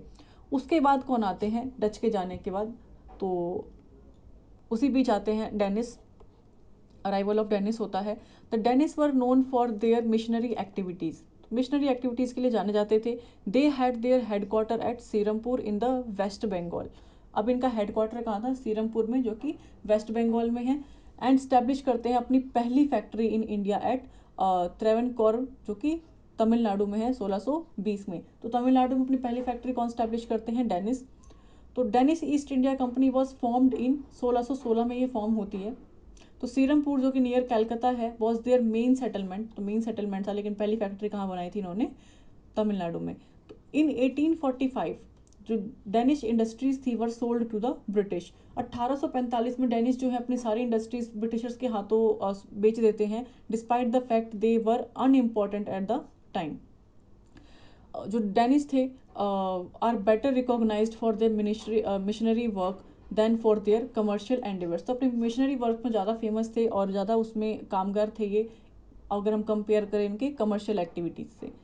तो फिर उसके बाद आते हैं हमारे फ्रेंच। तो डेनिश का कुछ ऐसा खास रोल रहा नहीं है, फ्रेंच आते हैं, और फ्रेंच के साथ हमने देखा है काफ़ी वॉर होती है, एंग्लो फ्रेंच वॉर होती है और कर्नाटिक वॉर होती है, वो हम देखेंगे। तो फ्रेंच का जो अराइवल है, कॉलबर्ट जो है कि सेटअप करते हैं French East India Company in 1664 में एस्टैब्लिश होती है as a Compagnie des Indes Orientales during the rule of Louis 14। तो लुइस 14 के टाइम पे ये स्टैब्लिश होती है। 1668 एडी में फ्रेंच स्टैब्लिश करते हैं अपनी पहली फैक्ट्री सूरत में। तो फ्रेंच भी अपनी पहली फैक्ट्री जो है सूरत में स्टैब्लिश करते हैं, और 1669 एडी में इनकी अनदर फ्रेंच फैक्ट्री मसौलीपट्टनम में स्टैब्लिश होती है। तो ध्यान रखना है पहली फैक्ट्री और सेकंड फैक्ट्री कहाँ स्टैब्लिश होती है, ये नोट कर लेना। जहाँ तक मैंने स्टार्ट किया है वीडियो कि पहली फैक्ट्री रूलर जैसे कि हो गया हमारा पोर्टुगीज़, फिर इंग्लिश, फिर हमारे डच, फिर डैनिश, फिर फ्रेंच, इनके आगे लिख देना फर्स्ट फैक्ट्री इन्होंने कहाँ स्टैब्लिश करी। बाकी फ्लो चार्ट मैंने आपको दे रखा है बना के, तो वो आप स्क्रीनशॉट उसकी ले लेना। इन 1673 AD द मुगल सूबेदार ऑफ बंगाल, तो मुगल सूबेदार जो थे बंगाल में अलाउ करते हैं फ्रेंच को सेटअप करने के लिए अपना टाउनशिप कहाँ पर, एट चंदेर नगर। तो ध्यान रखना है, अगर हम साउथ की लैंग्वेज में बोले तो चंदेर नगर, आप चंदेर नगर भी इसको बोल सकते हो। अब इनकी सेटलमेंट देखनी है इंडिया में कैसे हुई थी। फ्रेंकोइस कैरन जो है अपनी पहली फैक्ट्री फ्रेंच की बनाते हैं सूरत में 1668 में। In 1669 factory was founded in Masulipatnam by Marcara a Persian who came with Caron, जो कैरन के साथ आए थे वो इस्टेब्लिश करते हैं मसौलीपट्टनम में, जो कि एक पर्शियन होते हैं, ये ध्यान रखना है आपको। तो दूसरी फैक्ट्री जो स्टैब्लिश होती है मसौलीपट्टनम में वो एक पर्शियन पर्सन करता है, जो फ्रेंकोइस के साथ जो आते हैं कैरन, ठीक है, सॉरी, जो फ्रेंकोइस कैरन के साथ एक पर्शियन आते हैं मेकारा, वो स्टैब्लिश करते हैं। 1673 में शाइस्ता खान परमिट करते हैं इनको डेवलप करने के लिए टाउनशिप कहाँ पे, चंदेर नगौर में। ही वॉज द मुगल सूबेदार ऑफ बंगाल, जो शाइस्ता खान होते हैं ये मुगल सूबेदार होते हैं बंगाल के। तो ये 1673 में फ्रेंच को टाउनशिप बनाने की परमिट देते हैं कहाँ पे, चंदेर नगौर में। 1674 में Pondicherry was established and Francois Martin became the French governor in place of Caron. अब कैरॉन की वजह कौन आए, फ्रेंकोइस मार्टिन आए, तो इन्होंने पौंडीचेरी स्टैब्लिश किया था। तो पौंडीचेरी किसने स्टैब्लिश किया था, फ्रेंच ने, जो कि कौन थे, फ्रेंकोइस मार्टिन, जो कि फ्रेंच गवर्नर थे जिन्होंने रिप्लेस किया था फ्रेंकोइस कैरॉन को। इन 1693 Pondicherry was captured by the Dutch. अब डच क्या करते हैं, ये कैप्चर कर लेते हैं पौंडीचेरी को, किन से, फ्रेंच से। और माहे, Karaikal, Balasore, Kasim Bazar were some of the French factories and trading centres. सबके नाम आपको याद होने चाहिए। तो French got Pondicherry back through the treaty of Ryswick signed in 1697। तो ट्रिटी ऑफ रिस्विक किसके बीच में साइन हुई होगी, ऑब्वियसली डच और फ्रेंच के बीच में हुई होगी, और फ्रेंच को जो है पौंडीचेरी वापस मिल गया था। तो आपको पहले तो ध्यान रखना कि पौंडीचेरी जो है स्टैब्लिश हुआ था 1674 में फ्रेंच के द्वारा, और फ्रेंच को ये वापस कब मिल गई थी, 97 में, तो काफ़ी लंबे समय बाद मिली थी। 1720 में बात करें तो French company was organised in a new way as perpetual company of the Indies. फिर फ्रेंच गवर्नर जो थे लिनियोर और डोमस, ये स्ट्रेंथन करते हैं अपनी फ्रेंच पावर इंडिया में ड्यूरिंग 1720 से लेकर 1782 में। पौंडीचेरी की बात करें जो कि नर्व सेंटर था फ्रेंच का, क्योंकि इन्होंने इसको बनाया था, एस्टैब्लिश किया था। तो फ्रेंकोइस मार्टिन जो कि डायरेक्टर होते हैं मसौलीपट्टनम फैक्ट्री के, वो ग्रांट करते हैं location for a colony in 1673 by Sher Khan Lodi के द्वारा। और एडमिनिस्ट्रेटर ऑफ, जो शेर खान लोधी होते हैं वो एडमिनिस्ट्रेटर होते हैं ऑफ वालिकानंदपुरम के अंडर द बीजापुर सुल्तान। तो फ्रेंकोइस मार्टिन एक डायरेक्टर होते हैं मसौलीपट्टनम फैक्ट्री के, ठीक है, जो कि कॉलोनी बनाना चाहते हैं कहाँ पे, 1673 में। तो ये किसके द्वारा ग्रांट किया गया था इनको, तो शेर खान लोधी जो कि एक एडमिनिस्ट्रेटर थे वालिकानंदपुरम के, उनके द्वारा दिया गया था। और ये कौन थे, शेर खान लोधी, ये अंडर काम करते थे किसके, बीजापुर सुल्तान के। Pondicherry was established in the year 1674। तो पौंडीचेरी जो है स्टैब्लिश्ड हुआ था 1674 में, और Caron was succeeded as French governor by Francois Martin next year. तो फ्रेंकोइस मार्टिन जो है किसको रिप्लेस करते हैं, कैरोन को। Other section of India notably the coastal region were also home of the French companies plant. ध्यान रखना coastal area जो है इंडिया के, वो भी कहीं ना कहीं फ्रेंच कंपनी के अंडर थे। And the French East India companies commercial centres included Mahe, Karaikal, Balasore and Kasim Bazar, ये इनके कुछ कमर्शियल सेंटर्स थे। फ्रेंकोइस मार्टिन स्टैब्लिश करते हैं पौंडीचेरी को as a significant location after gaining command in 1674। It was after all French base in India. तो ये हमने कर लिया। अब जो है हमारे फ्रेंच की लड़ाई होती है, first Carnatic war, second Carnatic war और थर्ड कर्नाटिक वॉर, उसे हम देखेंगे। तो जो पहला कर्नाटिक वॉर है ये होता है हमारा 1740 से 48 तक, 4 साल तक चलता है पहला जो है। जो पहला फ्रेंच वॉर है, Anglo war in Europe, was triggered by the Austrian war of succession. तो ऑस्ट्रियन वॉर ऑफ सक्सेशन की वजह से जो है ये एंग्लो फ्रेंच वॉर होती है। And the first Carnatic war was a continuation of that conflict. The treaty of Aix-la-Chapelle ये साइन होता है which brought the Austrian war of succession. तो जो एक ट्रिटी साइन होती है एक्सला चैपले, ये क्या होता है, इसकी वजह से जो है ऑस्ट्रेलियन वॉर ऑफ सक्सेशन होता है, इसकी क्लोज हो जाती है एंड कंक्लूड होता है फर्स्ट कर्नाटिक वॉर का इन 1748 में। तो कहने का मतलब है जो ऑस्ट्रेलियन वॉर ऑफ सक्सेशन था, इसकी वजह से एंग्लो फ्रेंच वॉर हुआ था, जो फर्स्ट कर्नाटिक वॉर हम बोलते हैं, ये कंटिन्यूस कॉन्फ्लिक्ट में चल रहा था। इसको खत्म करने के लिए कौन सी ट्रिटी साइन हुई, इसको खत्म करने के लिए ट्रिटी साइन हुई है Aix-la-Chapelle. Madras was return to the English under the provision of this treaty. अब मद्रास जो है ये किसको दे दिया गया, इंग्लिश को दे दिया कि ब्रिटिश ईस्ट इंडिया कंपनी को दे दिया गया under provision of this treaty. तो इस ट्रिटी ऑफ एक्सला चौपले के अंडर जो फ्रेंच थे, इन्होंने English British East India Company को क्या दे दिया, मद्रास को दे दिया। While the French received their colonies in North America in exchange. Clear हो गया। फिर अगेन दोबारा क्या होता है, सेकेंड कर्नाटिक वॉर होता है जो कि 49 से 54 तक होता है। डुप्लेक्स जो थे ये फ्रेंच गवर्नर थे who had led the French armies, जिन्होंने फ्रेंच आर्मी को लेड किया था to victory in the first Carnatic war में। Aspired the to expand his authority and political influence in southern India by engaging in local dynasty rivalries to beaten the English. तो जो duplex थे ये French के governor थे, French army के, ये भी जो कहीं ना कहीं इनका वन ऑफ द रीज़न है इनकी विक्ट्री का फर्स्ट कर्नाटिक वॉर में। ये एस्पायर करते हैं एक्सपेंड करने के लिए अथॉरिटी को, अपने पॉलिटिकल इन्फ्लुएंस को, कहाँ पे, साउथ इंडिया में एक्सपेंड करना चाहते हैं, एंगेज करके इन लोकल डायनेस्टी राइवलरीज को, बीट करके इंग्लिश को। तो ये कहीं ना कहीं चाह रहे थे कि अब हम इंग्लिश को हराएं, यानी कि ब्रिटिश ईस्ट इंडिया कंपनी को हरा कर साउथ इंडिया में अपना जो अथॉरिटी है उसको एक्सपेंड करें, अपना पॉलिटिकल इन्फ्लुएंस बढ़ाए, किनके साथ मिलके, जो लोकल डायनेस्टी राइवलरीज थी, किसके अगेंस्ट, इंग्लिश के against. The English and the French agree करते हैं not to intervene in the native rulers quarrels. तो ये दोनों आपस में एक एग्रीमेंट कर लेते हैं कि हम एक दूसरे के एरिया में इंटरवेन नहीं करेंगे। Furthermore each side was left in control of the territory, अपनी टेरिटरी के अंदर रहने लगी। They had occupied at the time of the pact. तो जो ट्रिटी हुई थी इनकी एक्सला चैपले, उस पैक्ट के हिसाब से ही ये रहते हैं, अपने अपने ट्रिटीज़ में काम करते हैं, एक दूसरे के ट्रिटी में इंटरवेन नहीं करते। It became clear that Indian authority was no longer required for European success, rather Indian authority was growing increasingly reliant through European backing. तो कहने का मतलब है कि ये बहुत ही क्लियर हो गया था सबको ही कि जो इंडियन अथॉरिटी है वो ज़्यादा लंबे समय तक यूरोपियन के सक्सेस पे रह सकती है, ठीक है। और रेदर देन अगर हम बात करें जो अथॉरिटी इंक्रीज हो रही थी यूरोपियन के हाथों, तो कहने का मतलब लास्ट में यही था कि एट द लास्ट ब्रिटिशर्स के पास ही जो है प्रॉपर अथॉरिटी रही।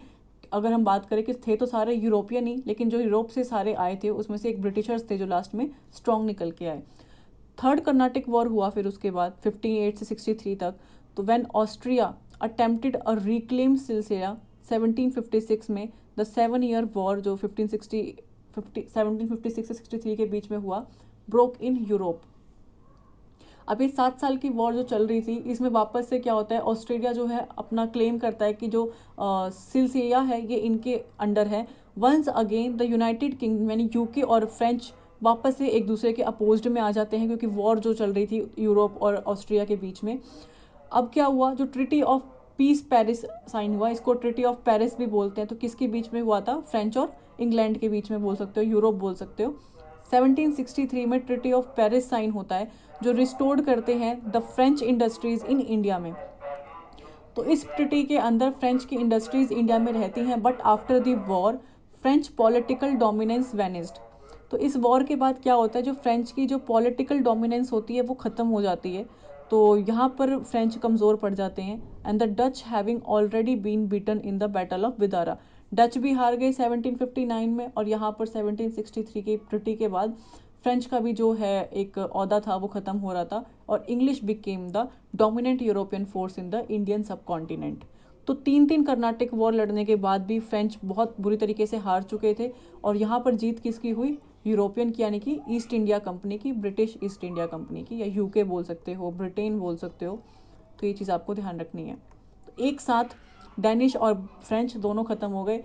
अब इनका डिक्लाइन क्यों हुआ था, Anglo French war also called Carnatic war, तो इनको कर्नाटिक वॉर भी कहा गया है, started after the coming of Dupleix. As a French governor जो 1742 में इंडिया में आए। इनके आने के बाद जो कर्नाटिक वॉर है ये स्टार्ट हुआ। कोरोमंडल कोस्ट जो साउथ में है इंडिया के and areas located away from it were called Carnatic by Europeans. अब कोरोमंडल कोस्ट जो था हमारा, यानी कि हम बात कर सकते हैं इतना एरिया, ये क्या बोला जाने लग गया, इसको हम कर्नाटिक बोलने लगे। किसके द्वारा? यूरोपियंस के द्वारा, क्योंकि मेन लड़ाई यहीं चल रही थी सबकी, डेनिश की, डच की और फ्रेंच की। एंग्लो फ्रेंच राइवलरी कब स्टार्ट हुई, यानी कि कर्नाटिक वॉर स्टार्ट हुआ इंडिया में with the beginning of the Australian war of succession. ये ध्यान रखना है कि ऑस्ट्रेलियन वॉर ऑफ सक्सेशन के साथ इंडिया में फ्रेंच और एंग्लो राइवलरी स्टार्ट हुई, यानी कि कर्नाटिक वॉर का स्टार्ट हुआ। And the rivalry stopped with the end of 7 year of Wars के साथ ये खत्म हुआ था, जिसमें जो है फ्रेंच हार गए थे और ब्रिटिशर्स जीत गए थे। अभी लास्ट है हमारा, इनका कुछ हमें डिक्लाइन देखना है। तो ये बता रहा है कि जो Anglo French war Carnatic war देखे तो फर्स्ट एंग्लो फ्रेंच वॉर 2 साल की चलती है। And the name of the treatises हम बात करें तो पहली एंग्लो फ्रेंच वॉर में क्या ट्रिटी होती है? ट्रिटी ऑफ एक्सला चैपले, जिसमें फ्रेंच कैप्चर करता है मद्रास और डिफीट करता है the army of Nawab of Carnatic, जिसका नाम होता है अनवरुद्दीन। तो फ्रेंच जीतते हैं एट द बैटल, जिसमें होते हैं सेंट थॉमस मद्रास के। किसको हराते हैं? नवाब ऑफ कर्नाटक को। और जीत तक क्या कैप्चर कर लेते हैं? मद्रास को कैप्चर कर लेते हैं। फिर सेकेंड एंग्लो फ्रेंच वॉर होती है। तो इस फ्रेंच वॉर में क्या होता है कि ट्रिटी ऑफ पौंडीचेरी या ट्रिटी ऑफ गोदेहू साइन होता है 1754 में, जिसमें डुप्लेक्स जो है मुजफ्फर जंग हैदराबाद और Chanda Sahib Carnatic Arcot came together and killed करते हैं अनवरुद्दीन को at the battle of Ambur in 1749 में। और रॉबर्ट क्लाइव जो है इंग्लैंड के, ये जीत जाते हैं। तो गोदेहू वॉज फ्रेंच गवर्नर जो कि रिप्लेस करते हैं डुप्लेक्स को, ये ध्यान रखना है। थर्ड एंग्लो फ्रेंच वॉर होता है 1758 से 63 के बीच में, जिसमें ट्रिटी ऑफ पेरिस साइन होती है। ट्रिटी ऑफ पेरिस से बहुत बार क्वेश्चन आया है, 1763 में साइन हुआ था। किसके बीच में? तो जिसमें ब्रिटिश जो है ये जीत जाते हैं वेंडी वॉश तमिलनाडु इन 1760। तो British won at Wandiwash Tamil Nadu in 1760 में। फोर्ट सेंट डेविड कैप्चर करते हैं बाय फ्रेंच काउंट डे लैली। तो ये चीज़ आपको ध्यान रखना है कि तीनों ट्रिटी में, तीनों वॉर में कौन सी ट्रिटी साइन होती है, किन के बीच में होता है और कौन सा इनका एरिया जो है इनको दिया जाता है। कंक्लूजन की अगर हम बात करें, लास्ट हमारा ये European arrived in India to trade. European India में आते हैं ट्रेड करने के लिए, but they eventually achieved political and administrative control of the nation. तो हर तरीके से कंट्रोल यूरोपियंस ले लेते हैं। वास्को डिगामा स्टैब्लिश करते हैं direct maritime passage to India में 1498 में, ये डेट आपको याद होनी चाहिए। Making the Portuguese the first European to visit India. Queen Elizabeth grant करती हैं ईस्ट इंडिया कंपनी को फाउंड करने के लिए a group of English merchants जो कि इंडिया में आके ट्रेड करे, जिनको एक्सक्लूसिव ट्रेड राइट्स दिए गए इन द ईस्ट, यानी ईस्टर्न साइड। अगर मान लो यहाँ पर इंग्लैंड है, ये इंडिया है, तो इनके लिए पूरा एरिया ईस्ट का ही हो गया। पर ये आए कहाँ थे? ये इंडिया में ही आए थे। कब? 1600 में। As a result the UK ruled India for more than 2 century. हम बोल सकते हैं कि 200 सालों तक इन्होंने इंडिया में रूल किया था। अब नेक्स्ट हम इन्हीं के बारे में पढ़ेंगे। आज के लिए इतना ही काफ़ी है, तो ये वीडियो में यही एंड करते हैं। Thank you.